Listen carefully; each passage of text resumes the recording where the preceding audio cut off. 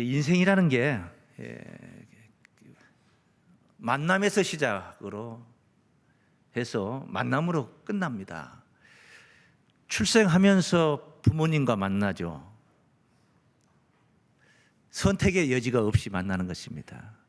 그리고 수많은 사건을 만나고 환경을 만나고 계절을 만나고 사람을 만나고 일을 만나고 수없이 만납니다. 오늘 또 이렇게 예배라는 시간을 만났습니다. 자이든 타이든 옆에 같이 또 앉아 계시는 교우들을 이렇게 만나기도 하고 말입니다. 그래서 이제 인생을 마무리할 때는 죽음이라는 사망을 만나게 됩니다. 그러면서 종지부를 찍게 되는 것이죠. 어떤 인생을 살 것인가? 그 만남의 목적에 따라서 달라질 수가 있습니다. 아침에 일어나서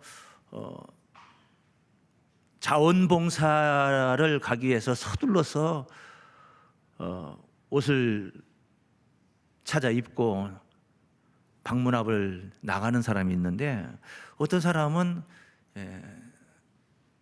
지하철, 전철, 서울 같은 데 번잡한 곳들에서 하루를 지내면서 남의 주머니, 지갑 등등을 살피는 분들이 있습니다. 어떤 목적으로 만나고 또 그 결실이 무엇이냐, 그게 중요합니다. 어떤 결실을 이루는 그 만남의 삶을 누리느냐. 어떤 이는 오직 돈, 어떤 이는 오직 권세, 또 어떤 이는 명예, 이것을 위해서 일생 동안 그 만남을 거기에다가 허비를 합니다. 추구를 하며 그런 인생을 살기도 합니다. 그런데 우리가 따지고 보면은 물질보다 권세보다 우리 몸의 건강이 중요하지 않습니까? 많이 벌었는데 건강 잃어버리고, 큰 권세를 잡은 것 같은데 건강 잃어버리면 뭐합니까? 아무 소용없잖아요.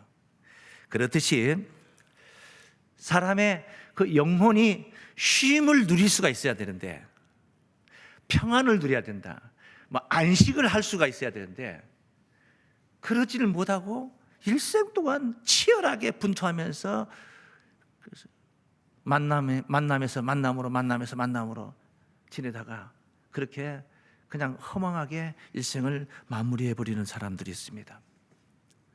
무엇이 중요하겠습니까? 돈보다도, 물질보다도, 권세보다도, 명예보다도 무엇이 중요합니까? 생명이 중요합니다. 바로 오늘 이 교회가 그런 생명을 공급하는 역할을 하는 그런 기관인 것입니다. 왜 그걸 할 수가 있느냐? 교회는 그 생명에 관한 해결사가 계셔요. 바로 그분이 우리가 믿는 예수 그리스도신 줄로 믿습니다. 그래서 앞서 단언컨대 만나야 될 분을 소개한다 했는데 바로 예수 그리스도와의 만남인 것입니다. 일생을 살면서. 이것은 제 자신 한 사람의 간증도 되겠습니다마는, 저 같은 사람이 정말 예수 만나서 오늘날의 이 삶을 살고 또 내가 사는 것은 당연하거니와 또 나 아닌 많은 사람들을 살리는 일에 헌신하며 일생을 이렇게 살 수 있다는 것이 얼마나 복되고 행복한지 모릅니다. 예수님을 만나면은 지옥 같은 삶도 천국 같은 삶으로 변화를 이룰 수가 있습니다. 이 삶이라는 것이 수고고 삶이라는 것이 멍해입니다. 멍해. 왜 수고고 왜 멍해냐? 좀 쉬면 되는데 쉬면 될 게 아니겠습니까? 누가 꼭 강제로 어떻게 끌어들여서 멍해가 되고 어깨에다 짊어지게 하니까 멍해가 되는 건 아니에요. 인간이 본래 이 의식 자체가 그릇이 하나가 있는데, 의식이라는 그릇이 있는데 이 욕심 그릇으로 빚어져 있기 때문에 이 욕심 그릇이라는 것이 갓이 없습니다. 냉면 그릇의 크기가 있습니다. 그러지 않습니까? 밥그릇의 크기가 있습니다. 모든 주방에 있는 그릇들은 크기가 있습니다. 일정한 크기가 있어요. 고무다라, 김장 때 쓰는 고무다라도 일정한 크기가 있어. 그런데 우리의 마음의 의식 속에 있는 이 욕심 그릇은 크기를 논할 수가 없습니다. 갓이 없어요. 고속도로 가면 갓이 있잖아요. 갓길 있잖아요. 갓길 운행 못하게 하지 않습니까? 사고 나니까, 다치니까. 마음 그릇은 갓이 없어요. 얼마큼 채워지면 만족할 것 같아요? 절대 그렇지 않습니다. 한도 끝도 없습니다. 100원 벌면 1000원 벌고 싶고, 1000원 벌면 2000원 벌고 싶고, 10평짜리 아파트 살면 20평짜리 살고 싶고, 20평에서 30평 살고 싶고, 40평 살면 만족할 수 있습니까? 절대 그렇지 않습니다. 인간의 욕심은 한도 끝도 없는 거예요. 짐승들은 배부르면 더 이상 앞에 먹이가 있어도 잡지를 않습니다. 죽이지를 않습니다. 그런데 사람은 어떻게 합니까? 갖다 쌓습니다. 창고에다 갖다 쌓습니다. 한도 끝도 없는 거예요. 그런 치열한 삶 속에 그게 수고고, 삶이 수고고, 삶이 멍해요. 예수께서 마태복음 11장 28절로 30절까지 증거된 말씀에 보면, 수고하고 무거운 짐진 자들아 다 내게로 오라. 내가 너희를 쉬게 해주겠다. 나는 마음이 온유하고 겸손하니 나의 멍에를 메고 배우라고 했습니다. 마음이 온유하고 겸손하니 내 멍에를 메면 쉽게 가볍게 멜 수가 있다, 이 말이에요. 인생을 사는데 예수께서 가르쳐 주신 그 멍에를 메면은 고달프지 않다는 거, 인생이 고달프지 않다는 거, 즐겁난다, 이 말이에요. 마음의 평화를 누릴 수가 있다. 믿습니까? 그래서 예수를 만나면 멍에와 같은 삶이 안식의 삶이 될 수가 있다는 거예요. 절망적인 삶 속에서도 희망과 소망을 우리가 찾을 수가 있는 것입니다. 예수를 만나면 그렇다는 거예요. 예수를 만나면. 오늘 본문에서는 만나야 할 예수님을 오늘 제가 여러분들에게 본문을 통해서 소개하고자 하는 것은 세 가지로 소개를 하고자 합니다. 첫 번째, 만나야 할 예수님, 하나님의 어린 양으로 만나는, 하나님의 어린 양과의 만남이다, 이렇게 말씀을 드릴 수 있습니다. 우리 한번 따라하십니다. 하나님의 어린 양과의 만남입니다. 자, 본문이 이것을 증거하고 있습니다. 하나님의 어린 양이라고 증거를 하고 있습니다. 요한복음 1장 35절 36절 말씀에, 이튿날 요한이 자기 제자 중 두 사람과 함께 섰다가 예수의 다니심을 보고 말하되, 보라, 하나님의 어린 양이로다. 자, 하나님의 어린 양. 왜 하나님의 어린 양이라고 했을까요? 사람인데 짐승으로 표현을 했지 않습니까? 이 구약 시대에 보면은 하나님 앞에 제사를 드립니다. 우리말로 말하면 지금 오늘 이렇게 예배를 드리는 것이죠. 제사를 드리는데 양을 잡아서, 흠이 없는 양을 잡아서 하나님의 제단에 올렸습니다. 보통 유교 사상 속에서는 우리가 제사를, 조상들께 제사 드릴 때 떡을 만들어서 상에 올리고 이런저런 고기, 생선, 나물 이런 것들을 올리듯이 하나님께 예배 드리는 그 예배상에, 제사상에 하나님의 그 어린 양을 잡아서 올렸다는 거예요. 그러니까 하나님께 드린 거예요. 그러니까 누구 양이에요? 본래는 이게 내 양이었는데 하나님께 드린 거예요. 제사상에 올렸어요. 그러니까 누구 양이 되는 거예요? 하나님의 어린 양이 되는 거죠. 그럼 왜 하나님의 어린 양, 그 양을 왜 드리느냐? 인간이 살면서 죄를 짓고 사는 거예요. 죄 없는 사람은 이 지상에 아무도 없어요. 다 죄가 있어요. 눈으로 보고 짓고, 생각하면서 죄를 짓고, 입으로 배앗아서 짓고, 손으로 또 폭행을 하면서 짓기도 하고, 발로 내 걸으면서 닦고 딛고 하면서 죄를 짓기도 하는 겁니다. 마음으로 형제를 미워하면 살인했다고 그랬습니다. 상점에 있는 물건 보고 욕심을 내면 도적놈이라고 그랬습니다. 지나가는 여인을 보고 음욕을 품으면 간음했다, 간음죄가 성립이 됩니다. 이것이 하나님의 법입니다. 하나님의 율법입니다. 이 앞에서 아무도 죄 없다 할 사람 없어. 털어서 먼지 날 사람이 없어. 그래서 의인은 없나니 하나도 없도다 했습니다. 다 죄인들이요. 죄인들이 어떻게 살 수 있습니까? 죄의 싹은 사망이죠. 세상에서도 죄를 지면 어디 갑니까? 감옥에 가는 거예요. 죄의 경종을 따져서 1년형도 받고 10년형도 받고 무기징역도 받고 사형 언도도 받기도 하는 거죠. 그런데 하물며 하나님 앞에 죄를 짓고 어떻게 우리의 인생이 살 수가 있습니까? 당연히 죄의 싹은 사망입니다. 죽음이라는 거예요. 죽음. 인간이 왜 죽어야 됩니까? 죄 때문에 죽는 겁니다. 그래서 이 구약시대는 자기의 죄 문제를 해결하기 위해서 하나님 앞에 양을 대신 죽여서, 멀쩡한 양, 흠이 없는 양을 죽여가지고 하나님께 드린 겁니다. 왜? 이 양이 바로 내 대신 죽는 거예요. 내 죄값을 치른 거예요, 양이. 그렇게 예배를 하나님 앞에 제사를 드렸던 거예요. 그게 구약시대입니다. 예수 오시기 전에. 그런데 난데없이 오늘 본문에서 세례 요한이 예수님을 소개하고 있습니다. 예수님을 가리켜서 사람이지 않습니까? 하나님의 아들로 이 땅에 오셨지 않습니까? 그런데 그분을 가리켜서 하나님의 어린 양이로다, 이렇게 소개를 하고 있는 거예요. 하나님의 어린 양이로다, 이 말은 무슨 말입니까? 하나님께 드려진 양이다, 이 말이에요. 왜 하나님께 드려집니까? 죄 때문에. 하나님께 드려진다는 건 죄 때문에 드려진다, 이 말이에요. 대신 누군가를 대신해서 드려진다, 이 말이에요.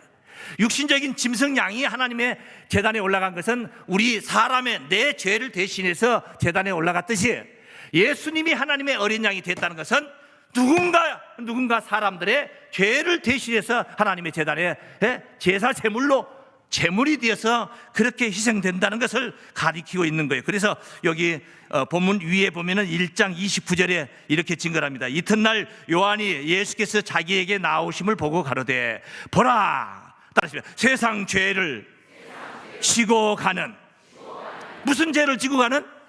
세상 죄를 지고 가는 하나님의 어린 양이로다. 그래, 예수님이 이 땅에 오신 목적이 뭡니까? 세상 죄를 짊어지기 위해서 오신 거예요. 예수님이 이 땅에 하나님의 아들로 이 땅에 임하신 것은 박수 받고 주여 주여 하면서 호강하고 영접받으려고 그렇게 오신 게 아니에요. 이 땅에 있는 인류의 죄를 대신 짊어지시기 위해서. 우리가 빚이 있을 때, 은행에 빚이 있을 때 그 빚을 대신 짊어져 줄 수 있는 사람은, 나보다 돈이 더 많이 있는 사람이 그 빚을 대신 짊어질 수 있어. 나는 1억 원의 빚을 졌는데 저 사람은 10억 원의 빚을 짊어지고 있으면서 내 1억 원을 대신 짊어질 수가 없는 거예요. 예수님이 이 땅에 오셔서 죄를 짊어질 수도 있다는 것은 당신은 죄가 없는 분이다, 이 말이에요. 자기 죄도 앞가림도 못하는 사람이 남의 죄 문제를 해결할 수 없어요. 그래서 하나님의 아들이 오셔야 되는 거예요. 인간이 어느 누구 죄를 대신해 줄 수는 없어. 내가 너를 대신해 줄 수 있고 네가 그를 대신해 줄 수 없는 거야. 네가 나를 대신할 수도 없는 것이고. 왜? 우리는 어차피 다 죄인들이기 때문에 안 되는 거예요. 죄 없는 자가 죄 있는 자를 대신해 줄 수가 있는 거예요. 그래서 하나님께서 당신의 아들을 보내신 거예요. 독생자를 보내신 거예요. 독생자. 요한복음 3장 16절 말씀에 하나님이 세상을 이처럼 사랑하사 독생자를 주셨으니, 독생자예요. 독생자를, 이는 저를 믿는 자마다 멸망치 않고 영생을 얻게 하려 하심이라. 믿습니까? 그래서 보내신 거예요. 이것은 이미 이사야 선지자, 예수 오시기 전 800년 전에 이미 이사야 선지자를 통해서 예언했던 이야기들. 이사야 53장 5절에 보시면 그가 찔림은 우리의 허물을 인하며 그가 상함은 우리의 죄악을 인합니다. 예수께서 왜 십자가에 못 박혀 죽습니까? 여기 십자가가 있는 것은 저 십자가는 그냥 나무 토막이 아니에요. 저기에 저렇게 예수께서 십자가에 못 박혀 죽었다는 것을 상징적으로 알려주고 있는 거예요. 이건 왜 예수님이 죄가 없는 분인데 내가 십자가에 죽어야 되는 것이지 왜 하나님의 아들 예수가 죽어야 됩니까? 예수께서 우리 죄를 대신해서 십자가에 못 박혀 돌아가신 거예요. 그가 징계를 받음으로 우리가 평화를 누리고 그가 채찍에 맞음으로 우리가 나음을 입는 거예요. 이게 바로 예수가 오신 목적이다, 이 말이죠. 이건 이사야가 그렇게 예언을 했던 말씀이고, 예언대로 주님이 이 땅에 오신 거죠. 뭘로 오셨냐? 하나님의 어린 양으로, 하나님께 십자가 희생 제물로 드려질 것으로 그렇게 오셨다, 이 말이에요. 그래서 53장 7절에 보시면은 순종하신 예수님, 바로 그가 곤욕을 당하여 괴로울 때에도 십자가의 길을 가는 게 얼마나 괴롭습니까? 사람이 살아있는 상태, 산채로 그냥 못을 박아가지고 손과 발에 못을 박고 머리에다 가시밀관을 씌우고 허리는 창으로 찔러가지고 물과 피를 다 쏟아서 사람이 탈진해서 다 죽어가는데 얼마나 힘든 그 고난의 길입니까?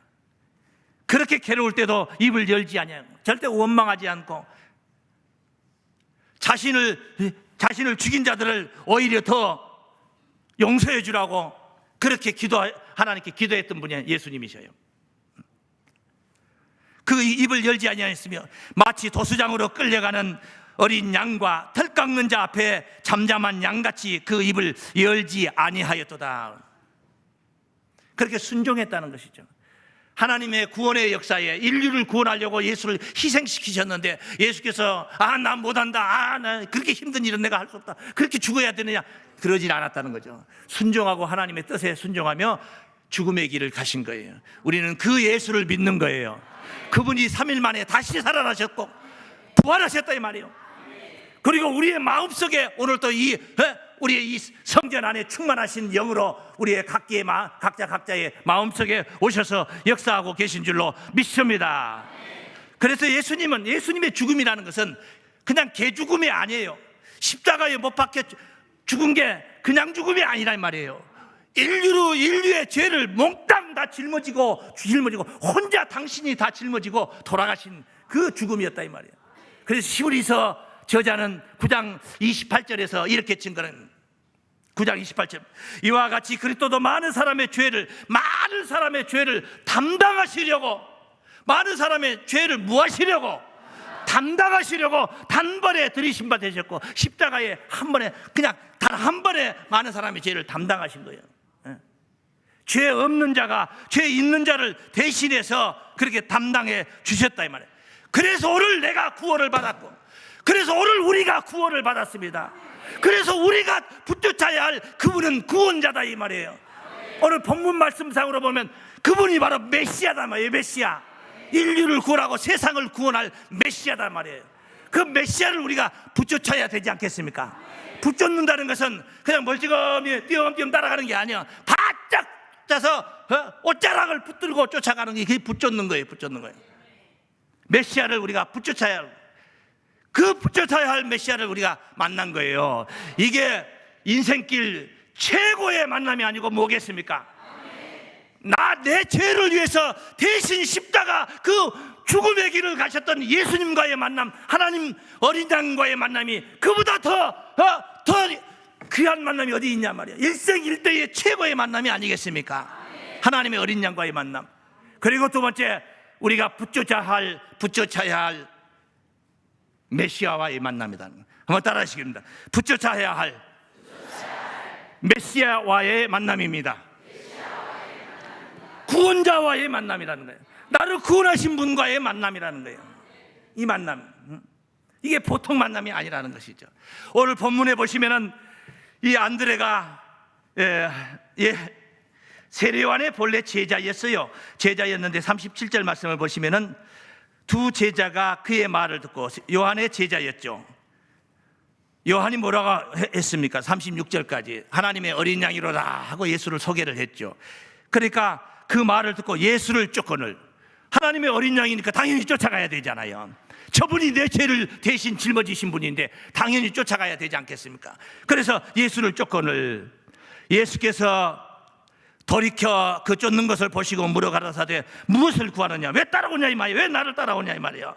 가로되 납비여, 납비는 번역하면 선생이라고, 어디 계시오니까? 어디 계십니까? 내가 어디 있으면 뭐 하려고 그러냐. 내가 어디 있거나 말거나 뭐 하려고 그러냐. 예수께서 가라사대 와보라. 그 붙잡는 그 모습이 너무 대견스럽지 않습니까? 그러니까 와보라. 그냥 거리낌 없이, 생각해볼 이런 여유 없이 그냥 바로 와보라. 그러므로 저희가 가서 계신 데를 보고 그날 함께 거하니, 그날 온종일 같이 있었어. 해가 넘어가는 석양이 이르기까지 제 10시까지 같이 있었어요. 때가 제 10시쯤 되었더라. 바로 이렇게 우리 모두가 이런 말씀을 들으면은, 하나님의 어린 양이라는 소식을 들으면 우리가 붙여쳐야 할 분인 줄로 믿습니다. 네? 인생길을 맡기며 쫓을 만한 분이다면 붙였는 것을 보시고 와 보라 하지 않습니까? 당신이 거하는 처소에 와 보라 이 말이에요. 그런 것도 그런 와 보라 할 때 그 길을 쫓아가는 그런 마음이 있어야지 예수께서 영원히 계시는 하늘 보좌에도 와 보라 가 볼 수가 있는 것이에요. 거기에 이룰 수가 있는 거예요. 네? 그래서 그날 함께 그랬다. 여러분, 범법자하고 하룻밤을 지내보십시오. 사기꾼하고 하룻밤을 지내봐요. 어떻게 사기치는 방법을 배우게 되고, 그러게 되겠죠. 예수님과 하룻밤을 보낸 겁니다. 하루를 보내보십시오. 어떻게 되겠습니까? 요한복음 17장 21절 말씀해 보시면은, 아버지께서 내 안에 내가 아버지 안에 있는 것 같이 저희도 다 하나 되어 우리 안에 있게 하사 세상으로 아버지께서 나를 보내신 것을 믿게 하옵소서. 예수 계신 곳에 가서 예수와 함께 지내면은 그게 바로 하나님 안에 거하게 될 것인 줄로 믿습니다. 그래, 잘 만나야 되는 거예요. 못생긴 나무 토막도, 별 볼 일 없는 나무 토막도 훌륭한 장인을 만나면은 명품 공예품이 되어서 거듭날 수가 있어요.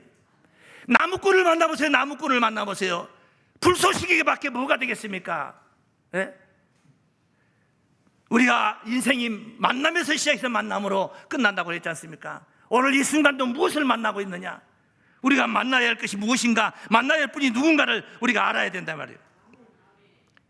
평생 동안 눈이 멀어가지고 소경되어가지고 거린이 되고 구걸이나 했던 바디메오가 나사렛 예수가 지나간다는 소리를 듣고, 나사렛 예수여 나를 불쌍히 여기소서, 나를 불쌍히 여기소서. 지나가는 사람들이, 같이 동행하는 사람들이 시끄럽다 조용해라고 하면서 저도 끝까지 포기하지 않고 나사렛 예수여 나를 불쌍히, 다윗의 자손 나사렛 예수여 나를 불쌍히 여기소서.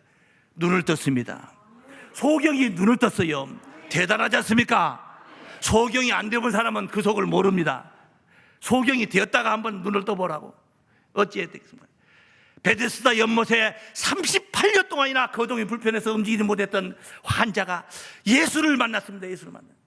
거적대기를 버려버리고 일어서서 당당하게 걸어갈 수 있게 된 그런 삶을 살게 되었던 것입니다. 예수를 만나면 이렇게 모든 삶이 바뀐다 이 말이에요. 할렐루야. 유대교의 열성당원이었던, 예수를 핍박하고 예수님의 제자들을 핍박했던 사울이라는 청년은 다메섹 도상에서 예수를 만난 이후로 얼마나 훌륭한 충성스러운 주님의 제자가 되었습니까?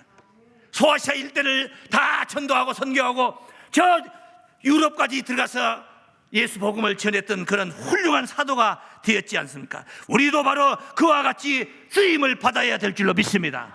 그러기 위해서는 예수를 붙여쳐야 됩니다. 오늘 이 증거되고 있는 이 복음을 붙여쳐야 됩니다. 할렐루야. 그래야만이 우리가 그 길을 갈 수가 있는 거예요. 좋은 걸 만나면은, 항상 좋은 걸 만나면은, 우리가 음식을 먹으면 식당에 가서도 음식을 먹으면서 참 맛있고 참 좋다, 싸고 좋구나, 누가 생각납니까? 에? 원수 같은 사람들이 생각납니까? 자기 사랑스러운 자식이 생각나고 귀히 여기는 사람들이 생각나잖아요. 어떤 권사님은 어디 가서 음식을 먹으면서 크게 맛있으면 우리 목사님 생각난다고 그러시더라고요. 얼마나 감사한지 몰라. 음식은 먹으면, 밥이야 먹으면 한 끼 먹고 또 그냥 나가고 또 배설물 되어버린 거잖아요. 뭐 상어 지름이 찜을 70만 원짜리 먹었건 어쨌건 그까지 한번 먹으면 그것이죠. 그런데 그 마음이 얼마나 예쁩니까? 얼마나 사랑스럽고 존경스럽습니까?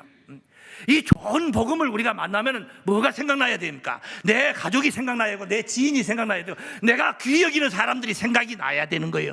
그래서 전해야 되는 거예요. 우리가 이제 지금 만났고 예수가 어디 계십니까? 우리 천장에 의자에 앉아 계십니까? 어디 계십니까? 말씀 안에 역사하시는 거예요. 오늘도 이 증거되고 있는 복음 안에 예수가 계신 거예요. 이 복음을 우리가 만났어요. 이 소식을 만났어요. 오늘 안드레라는 이 친구도 세례요한의 제자였는데 예수를 직접 보고도 모르잖아요. 그가 하나님의 어린 양인 줄 어떻게 압니까? 요한이 가르치면서 하나님의 어린 양이로라 하고 소개를 해주니까 그 복음을 믿으니까 예수가 보이는 거예요. 그 복음을 안 믿으면 세상 없어도 예수가 안 보이는 거예요. 오늘 또 증거되는 말씀을 여러분이 믿어야 예수가 보이고 하나님이 보여요. 그래서 오늘 우리가 만났어, 이미 만났어. 복음을 지금 듣고 있는 말씀이 바로 이 복음이에요. 또 우리가 이 만난 이 복음을 전해야 될 것인 줄을 믿습니다. 그래서 마지막으로 한번 따라하겠습니다. 우리가 만났고 전해야 할 복음입니다. 오늘 본문에 등장하는 바로 이 세례요한의 제자 안드레라는 사람은 바로 이와 같이 예수님의 품에 와서 복음을 전하는 자로 지금 증거되고 있습니다. 보십니다. 40절 말씀입니다. 요한의 말을 듣고 예수를 쫓는 두 사람 중에 하나는 시몬 베드로의 형제 안드레라.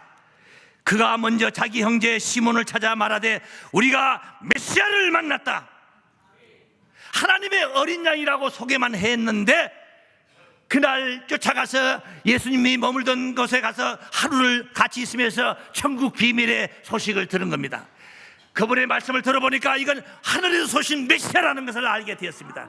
그래서 그는 이 좋은 소식을 가지고 자기 혼자만 끼고 있지 않았습니다. 즉시 자기 형제 시몬 베드로에게 가서 이 소식을 전하고 있습니다. 자기 형제 시몬을 찾아 말하되 우리가 메시아를 만났다 하고, 메시아는 번역하면 그리스도라. 데리고 예수께로 오니 예수께서 보시고 가라사대 네가 요한의 아들 시몬이니 장차 게바라 하리라 하시니라. 게바는 번역하면 베드로라. 그렇습니다. 형제에게 이렇게 소개해주고 싶은 소중한 분입니다. 이 소중한 분을 소개해주고 싶은 소중한 사람들에게 소개를 해야 되는 거예요. 이게 하나님의 나라인 것입니다. 이 당시에 12제자만 예수님을 영접했고 그들만 가슴에 품고 예수를 영접했던, 그대로 섬기고 그걸로 끝났더라면 오늘날 이 한반도 땅끝 마을에 어떻게 복음이 들어올 수가 있었겠습니까? 우리 오늘 이 성전에 꽉 차 있는 이 많은 성도님들이 그냥 목사가 혼자 자기만 구원받고 나 혼자만 안방에서 예수 믿고 그냥 그렇게 지냈더라면 어떻게 여러분들이 또 이 복음을 들을 수가 있겠습니까? 세상에는, 오늘도 이 세상에는 수많은 사람들이 이 복음을 듣지 못해서 이 귀하신 분을 만나지 못하고 일생일대 최고의 만남인 그 예수 그리스도를 만나지 못하고 있는 분들이 있습니다. 이분들에게 우리가 소개를 해야 되지 않겠습니까? 소개를 해야 됩니다. 성령이 임하면 사도행전 1장 8절 말씀에 너희가 권능을 받고 예루살렘과 온 유대와 사마리아와 땅끝까지 이르러 내 증인이 되리라 했습니다. 주님의 증인이 되어야 되지 않겠습니까? 그렇게 안드레가 자기 형제 시몬에게 이 복음을 전했더니 시몬이 베드로라는 이름을 받아, 반석이라는 이름을 받아서 교회의 초석이 되었던 거 아니겠습니까? 베드로가 바로 교회의 초석이 되었던 거예요. 그렇게 인생이 변한 겁니다. 요한의 아들 시몬이 바로 하나님의 아들, 신의 아들 베드로가 된 거예요. 하나님의 아들이 된 거예요. 지금 우리도 만났습니다. 소중한 분들에게 만나게 해야 될 것을 믿습니다. 우리의 본분인 것입니다. 안드레가 그랬듯이 진심으로 만나고 또한 내가 만난 주님을 전할 수 있어야 되는 것입니다. 예수님을 만나고 하나님을 만나는 것은 시기와 때가 있는 것입니다. 아무 데나 만날 수 있는 것이야. 너희는 여호와를 만날 만한 때에 그를 찾으라. 가까이 계실 때에 그를 부르라 그랬습니다. 만날 만한 때가 있어요. 지금이 바로 만날 만한 순간인 것입니다. 지금 이 시간이 바로 여러분이 예수를 만나는 시간이에요. 지금 예수님이 여러분을 가까이 와 계신 거예요. 이 복음 안에 계신 것입니다.